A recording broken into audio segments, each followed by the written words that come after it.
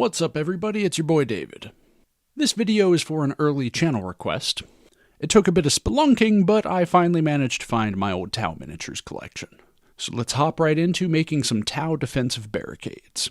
Today our starting point is going to be finger skateboards. The ones I'm using I got from the dollar section at Target, but the stock there can be a bit fickle, so I'll put a link to some similar ones in the description. To make the barricades, go ahead and trim off the wheels from the skateboards, and then sand any remaining knobs flat.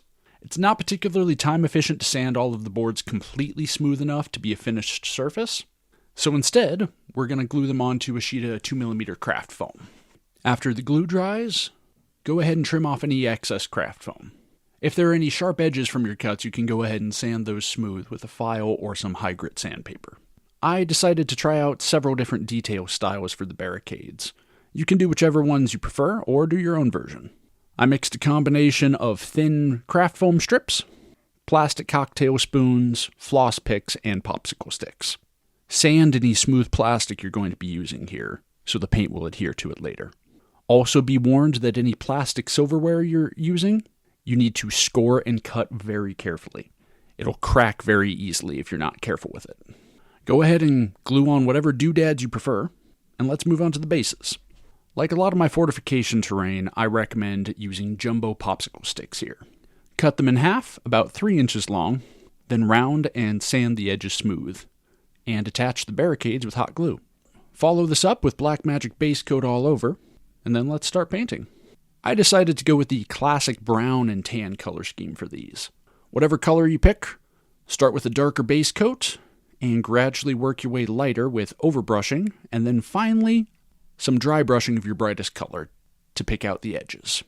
These barricades have some very large flat surfaces, so to add some visual interest, I recommend adding on a bit of texturing. I like to do this by sponging on the medium color from before the final dry brush very lightly.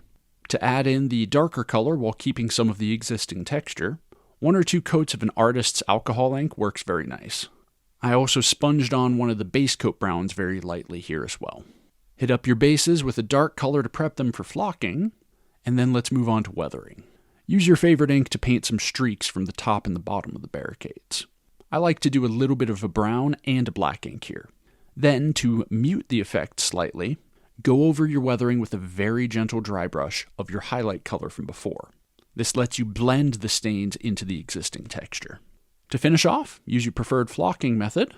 Mine is super glue with coffee grounds and tea leaves. And follow this up by adding on some dry pigments.